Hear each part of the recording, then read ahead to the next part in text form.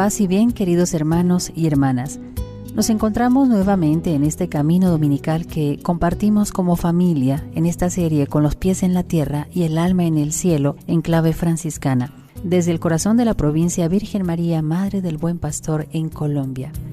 Hoy el Evangelio nos sitúa en un camino, no en un templo, no en un lugar sagrado visible, sino en la ruta cotidiana de dos discípulos que se alejan, que cargan tristeza, que intentan comprender lo que ha sucedido.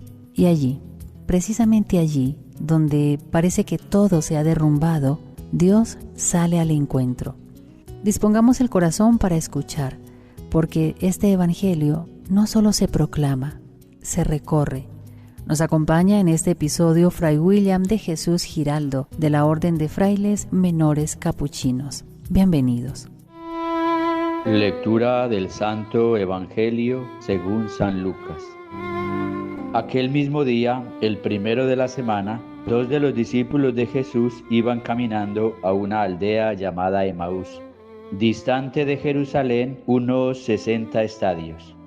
Iban conversando entre ellos de todo lo que había sucedido. Mientras conversaban y discutían, Jesús en persona se acercó y se puso a caminar con ellos, pero sus ojos no eran capaces de reconocerlo. Él les dijo: ¿qué conversación es esa que traen mientras van de camino? Ellos se detuvieron con aire entristecido, y uno de ellos, que se llamaba Cleofás, le respondió: ¿eres tú el único forastero en Jerusalén que no sabes lo que ha pasado allí estos días? Él les dijo: ¿qué? Ellos le contestaron: lo de Jesús el Nazareno, que fue un profeta poderoso en obras y palabras ante Dios y ante todo el pueblo. Cómo lo entregaron los sumos sacerdotes y nuestros jefes para que lo condenaran a muerte y lo crucificaron. Nosotros esperábamos que él iba a liberar a Israel, pero con todo esto ya estamos en el tercer día desde que esto sucedió. Es verdad que algunas mujeres de nuestro grupo nos han sobresaltado, pues habiendo ido muy de mañana al sepulcro y no habiendo encontrado su cuerpo, vinieron diciendo que incluso habían visto una aparición de ángeles que dicen que está vivo. Algunos de los nuestros fueron también al sepulcro y lo encontraron como habían dicho las mujeres, pero a él no lo vieron.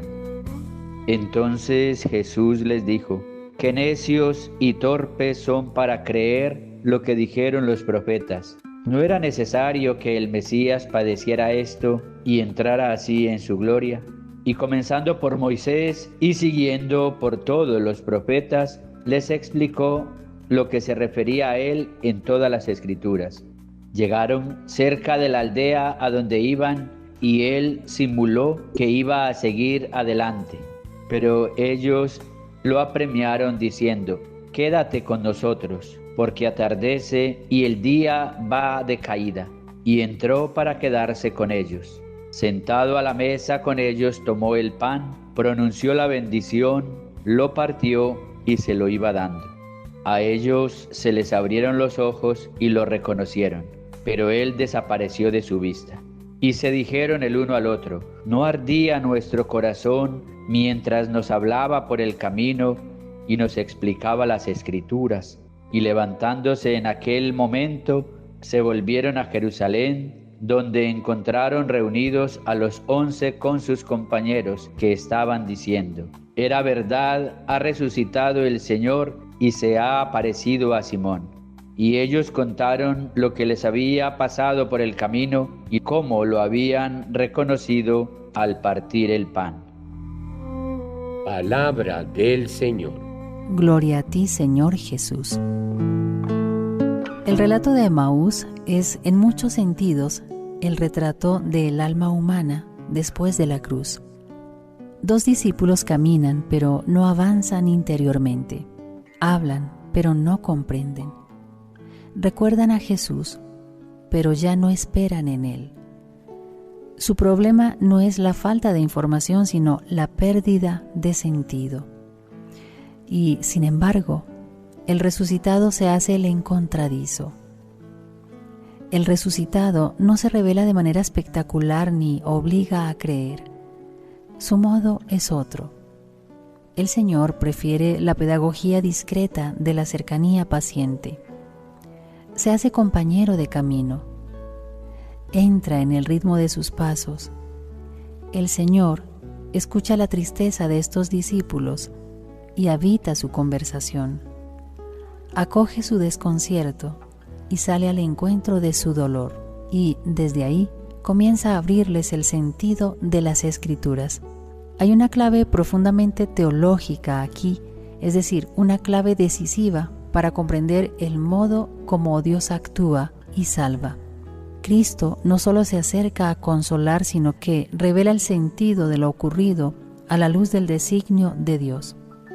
Al abrirles las Escrituras, les muestra que la cruz no es un fracaso, sino el paso necesario dentro de una historia de amor que conduce a la vida. El Señor no elimina el misterio, pero lo ilumina desde dentro.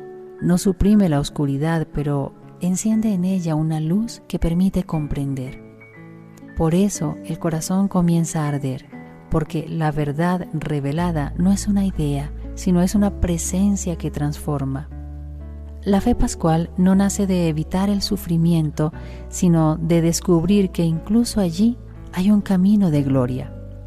Por eso el corazón de quien se encuentra con Cristo resucitado comienza a arder, no porque todo esté resuelto, sino porque la palabra ha empezado a ordenar el caos interior. La Escritura leída desde Cristo no es un texto del pasado, es fuego que enciende el presente. Pero el culmen de este encuentro del resucitado con los caminantes de Emaús no ocurre en el camino, sino que ocurre en la mesa. Porque, como dice el Evangelio, lo reconocieron al partir el pan. Este gesto, en apariencia sencillo, se convierte en el lugar pleno de la revelación. No lo reconocen por un rasgo exterior, sino por la forma misma de su entrega. En la fracción del pan se hace visible la identidad más profunda de Cristo, el Hijo que se da, el crucificado que vive, el Señor que permanece entregándose.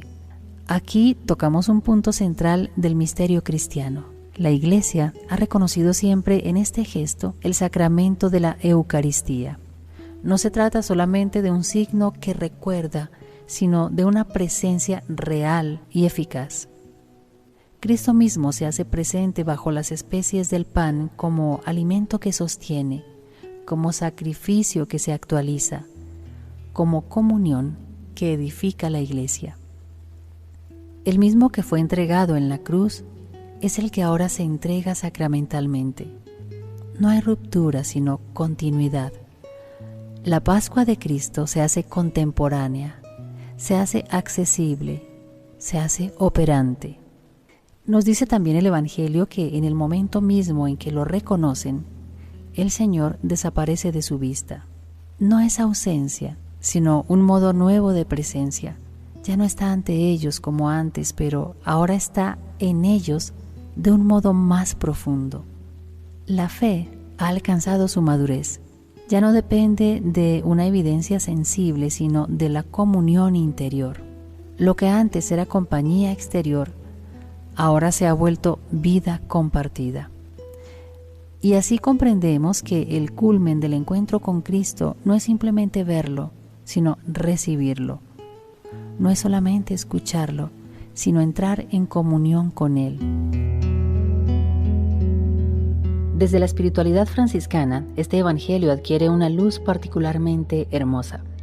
El camino de Emaús es el camino del hermano que busca, que duda, que atraviesa la noche, pero que no deja de caminar. Y es precisamente en ese caminar donde Cristo se hace compañero. San Francisco comprendió que Dios no se impone desde lo alto, sino que se revela en la cercanía, en la humildad, en lo cotidiano.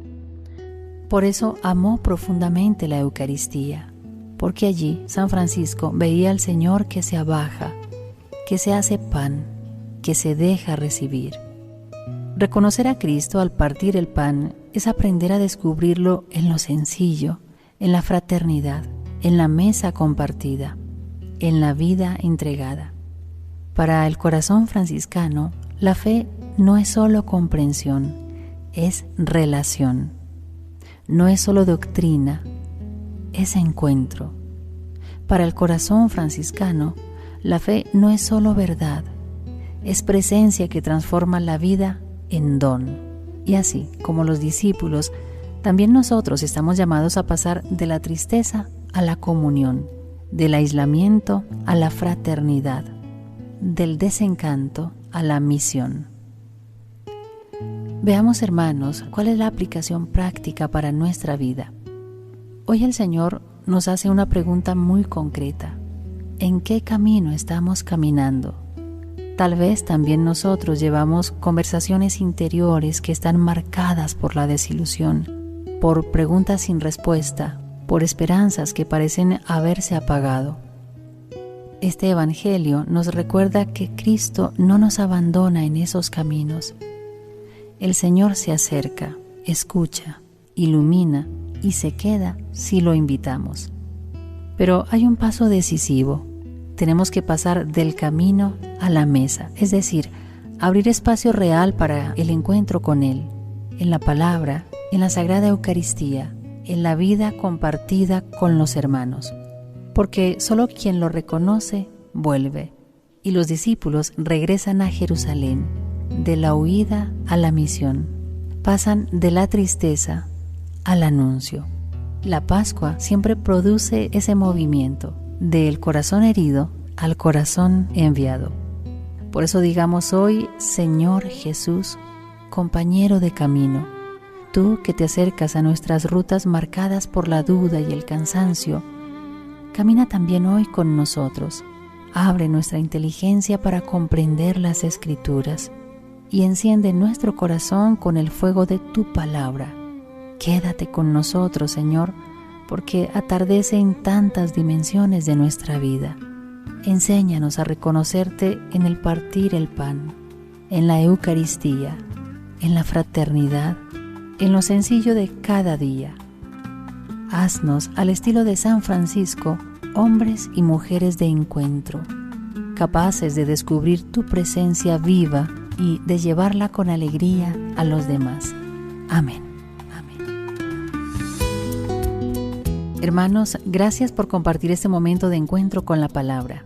Que esta semana podamos caminar con una certeza profunda. No estamos solos. El resucitado camina con nosotros. Y que al reconocerlo, también nosotros sepamos volver, anunciar y compartir la alegría del encuentro. Sigamos caminando juntos con los pies en la tierra y el alma en el cielo. Ustedes y yo nos encontramos, si Dios lo permite, el próximo domingo. Hasta entonces, paz y bien.